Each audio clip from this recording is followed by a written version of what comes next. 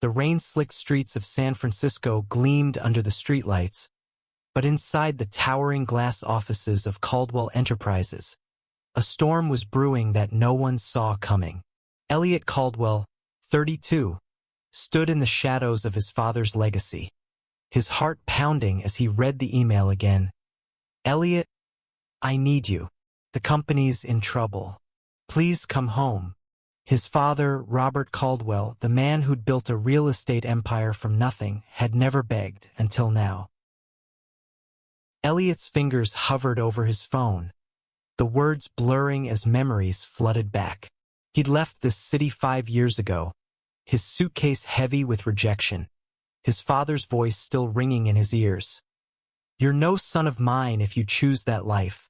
Robert had chosen Elliot's younger brother, Nathan, 28, to inherit the family business, not because of merit but because Nathan was straight, married, and the right image for Caldwell Enterprises. Elliot, openly gay and unapologetic, had been cast aside. Now the empire was crumbling, and Robert was desperate.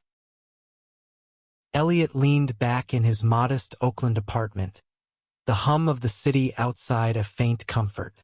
He was a graphic designer now, freelancing for startups, living a life that felt authentic but small compared to the glittering world he'd left behind.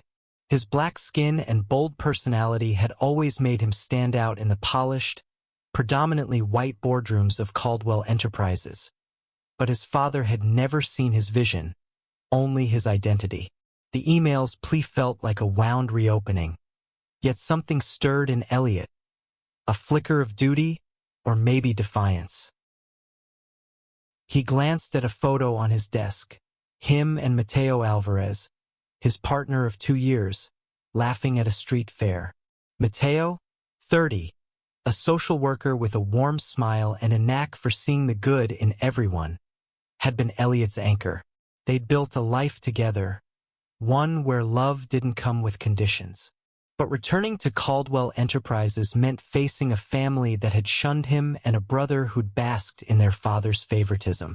Could he walk back into that world without losing himself? The next morning, Elliot boarded a train to San Francisco, his stomach knotted with dread and resolve. The city's skyline loomed, a reminder of the power his family wielded. Caldwell Enterprises wasn't just a business. It was a dynasty, with luxury condos and commercial properties spanning the West Coast. Nathan had been groomed to lead it, but whispers of scandal had reached Elliot even in Oakland. Embezzlement, hushed-up lawsuits, and a PR nightmare that threatened to tank the company's stock. At the headquarters, a sleek monolith of glass and steel, Elliot stepped off the elevator on the 40th floor. The receptionist, a young woman with a nervous smile, ushered him into Robert's office. His father, now 65, looked smaller than Elliot remembered, his gray hair thinning, his eyes heavy with exhaustion. "Elliot," Robert said, his voice cracking, "I didn't think you'd come." "You didn't give me much choice," Elliot replied, his tone steady but sharp. He stood tall, his tailored blazer a quiet rebellion against the memory of being dismissed. "What's going on, Dad? Why me?" Robert sank into his chair, rubbing his temples. "Nathan's made a mess. He's been reckless. There's a scandal, financial irregularities, a whistleblower. The board's panicking, and the press is circling. I need someone I can trust to fix this." Elliot's jaw tightened. "You didn't trust me 5 years ago. Why now?" Robert's eyes met his, filled with something Elliot hadn't seen before, regret. "Because you're the only one who ever saw through the bullshit," he said. "Nathan's charm won't save us. Your brain might." The words landed like a punch. Elliot wanted to walk away, to let his father drown in his own mistakes. But the company wasn't just Robert's. It was his mother's dream, too, before she'd passed a decade ago. She'd believed in Elliot, even when he doubted himself. Could he turn his back on her legacy? Before he could answer, The door swung open, and Nathan strode in. At 28, he was all confidence. Blonde hair, blue eyes, a poster boy for privilege. "Elliot?" he said, his smile faltering. "What the hell are you doing here?" Elliot crossed his arms. "Apparently, cleaning up your mess."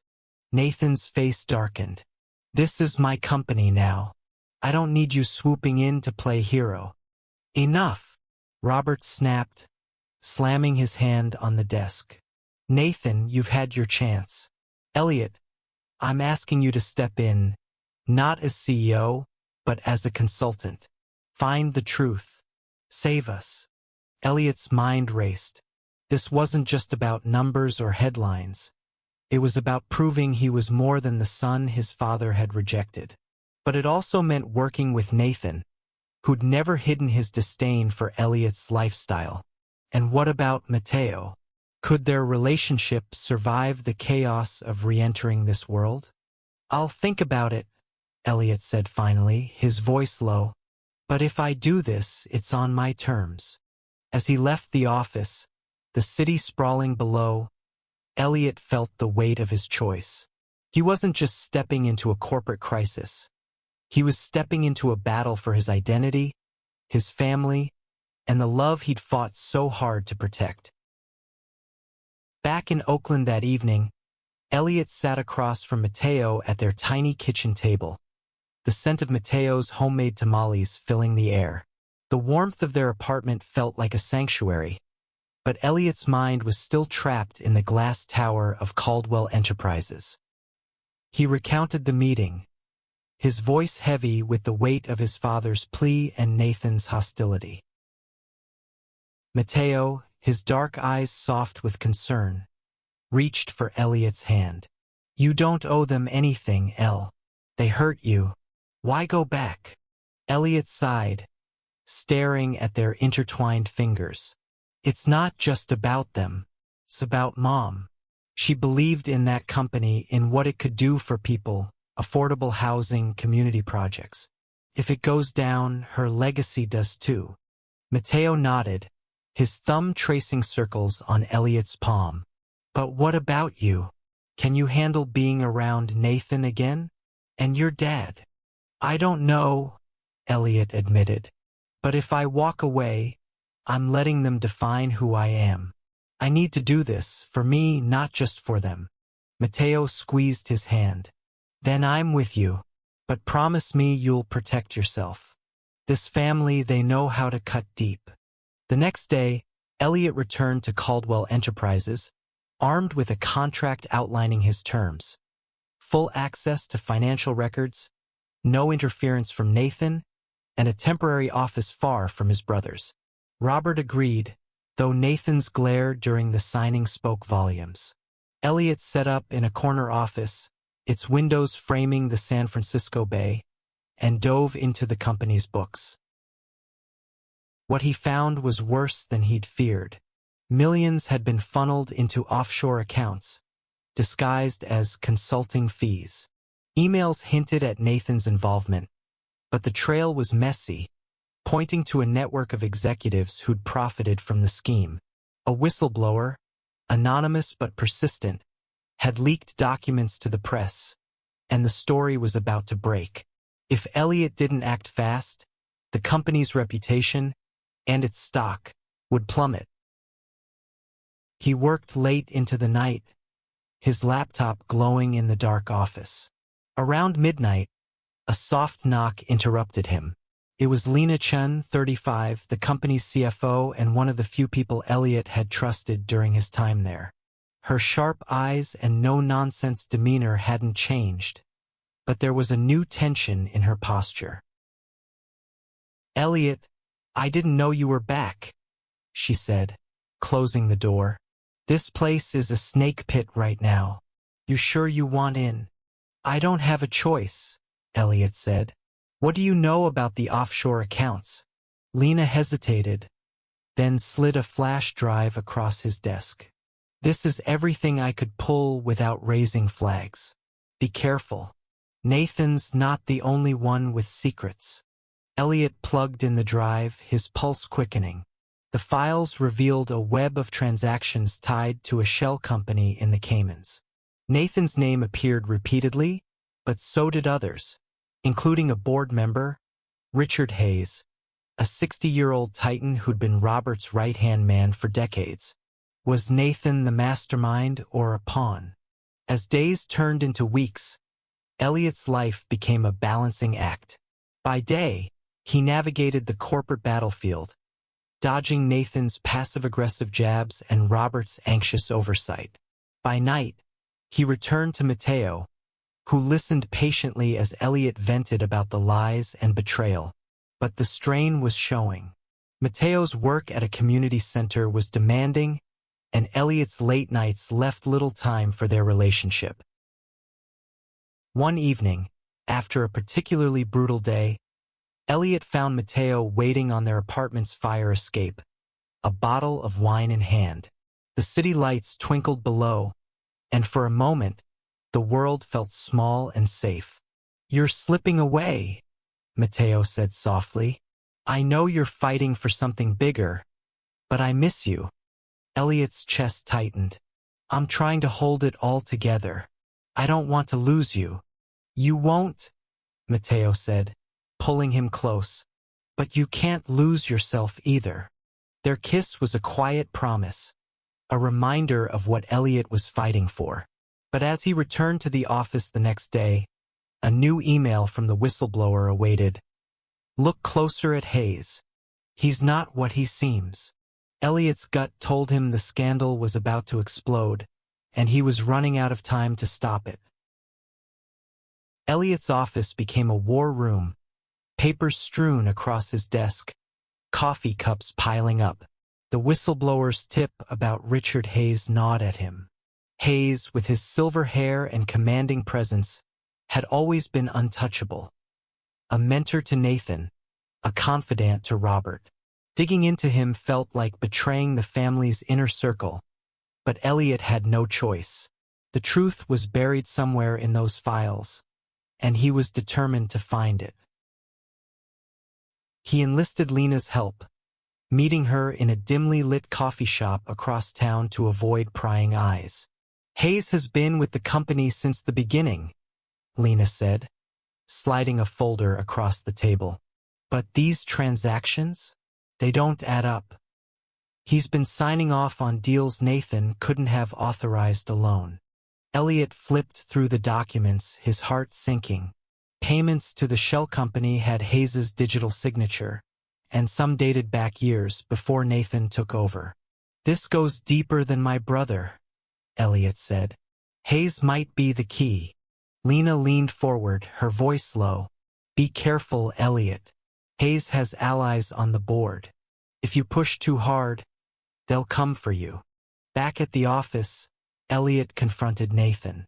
The boardroom was empty, the city's skyline a stark backdrop through the windows.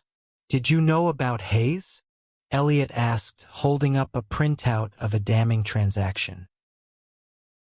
Nathan's face paled, but his jaw set. "You're out of your depth, Elliot. This is my company. Stay out of it." "Your company?" Elliot shot back. "You're letting it burn to protect your ego. Tell me what you know about Hayes or I go straight to the press." Nathan hesitated, then slumped into a chair. "I didn't know at first," he admitted.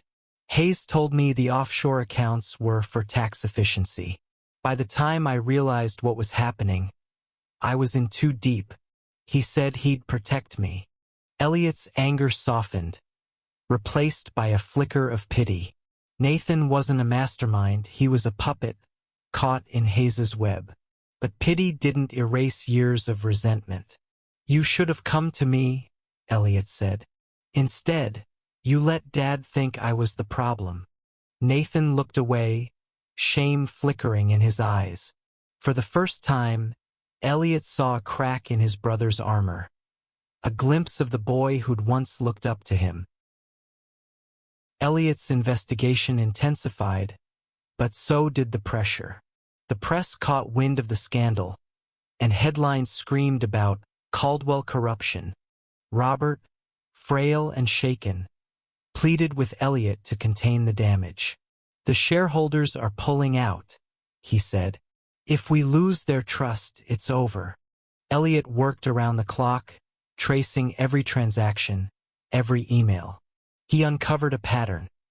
Hayes had been siphoning funds for years, using Nathan as a scapegoat.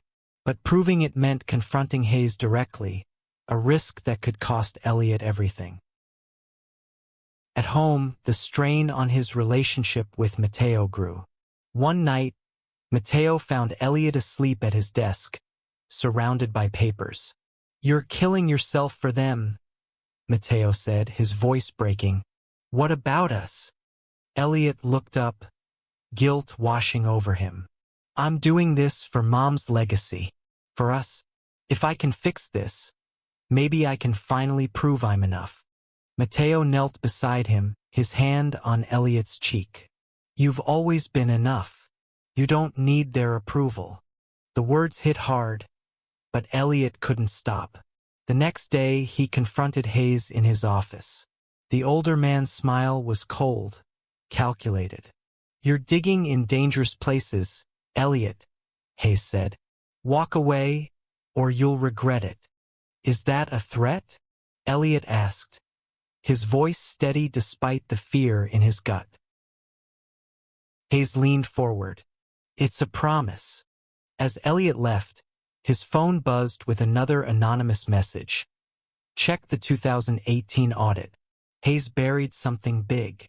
The deeper Elliot went, the more dangerous it became, but turning back was no longer an option. The 2018 audit was a goldmine. Buried in a footnote, Elliot found evidence of a massive payment to a non-existent contractor, approved by Hayes. It was the smoking gun he needed, but presenting it to the board meant exposing the company's dirtiest secrets and risking his own safety. Hayes's threat echoed in his mind, but so did Matteo's words. "You've always been enough." Elliot met Lena at a park bench overlooking the bay, the carved signpost nearby reading, "Love defies all odds." It felt like a quiet nod to his resolve. "If we go public with this," Lena said, "Hayes will fight back. He's got lawyers, connections.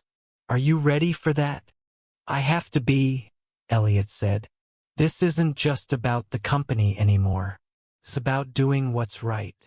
Lena nodded, her respect for him clear. "I'm in. Let's take him down." Together, they prepared a dossier for the board, detailing Hayes's embezzlement and Nathan's complicity. Elliot knew it would fracture the family, but silence wasn't an option. He called a board meeting, his heart pounding as he faced the room of skeptical faces. Men and women who'd once dismissed him as the wrong kind of Caldwell. "Richard Hayes has been stealing from this company for years," Elliot began, projecting the audit on a screen. Gasps rippled through the room as he laid out the evidence. Falsified records, offshore accounts, and Nathan's signatures on deals he barely understood. Nathan, sitting at the far end, stared at the floor, his face ashen. Hayes stood, his voice booming. "This is slander." Elliot's bitter because he was passed over. "He's fabricating lies to destroy us." "Then explain this," Elliot said, sliding the 2018 audit across the table. "Or the emails between you and the shell company. You used my brother as a scapegoat, but the trail leads to you." The room fell silent. Robert, sitting at the head, looked at Elliot with something new. Pride. "Is this true, Richard?" he asked. Hayes's composure cracked, his eyes darting to the exit. "You're making a mistake, Robert. This boy doesn't belong here." "He's my son," Robert said, his voice firm, "and he's saving this company." The board voted to suspend Hayes pending an investigation. Nathan, humiliated, stormed out, but not before shooting Elliot a look of raw betrayal. The victory felt hollow. Elliot had exposed the truth, But at what cost? That night, Mateo cooked dinner, sensing Elliot's exhaustion. "You did it," Mateo said, pouring wine. "You stood up to them." "Not all of them," Elliot said. "Nathan's still my brother. And Dad, he's trying. But it's not enough." Mateo took his hand. "You're enough. For me, for this life we're building. Let them figure out how to catch up." Elliot smiled, the weight lifting slightly. But the next morning, a new crisis hit. Hayes had leaked a distorted version of the scandal to the press, painting Elliot as a vengeful outsider tearing the company apart. The headlines were brutal, and Robert called Elliot in a panic. "Fix this," he pleaded, "or we lose everything." Elliot knew this was his final test. He had to control the narrative, rebuild trust, and protect the company's future, while holding on to the love and identity he'd fought so hard to claim. Elliot didn't sleep. The headlines screamed betrayal, painting him as the villain dismantling his family's legacy. He crafted a response with Lena, scheduling a press conference to set the record straight. But first, he needed to face Nathan. His brother hadn't returned his calls, and Elliot knew the rift between them could destroy any chance of saving the company. He found Nathan at a bar in the Mission District, nursing a whiskey. "We need to talk," Elliot said, sliding into the booth. Nathan's eyes were bloodshot. "You humiliated me. You think you're the hero now." "I'm not trying to be," Elliot said. "I'm trying to save Mom's dream. You can hate me, but we're still family. Help me fix this." Nathan's shoulders slumped. "I screwed up, El. I trusted Hayes. I thought I could handle it." Elliot saw the boy he'd once protected, the brother he'd loved despite everything. "Then make it right," he said. "Stand with me at the press conference. Tell the truth." The press conference was a gamble. Cameras flashed as Elliot and Nathan stood side by side, Robert behind them. Elliot spoke first, his voice steady. "Caldwell Enterprises is more than a business. It's a legacy of community and trust. We've uncovered corruption, and we're taking responsibility. Richard Hayes betrayed us, but we're rebuilding together." Nathan stepped forward, his voice shaky but sincere. "I made mistakes. I trusted the wrong people. But my brother, he's the one who saw the truth.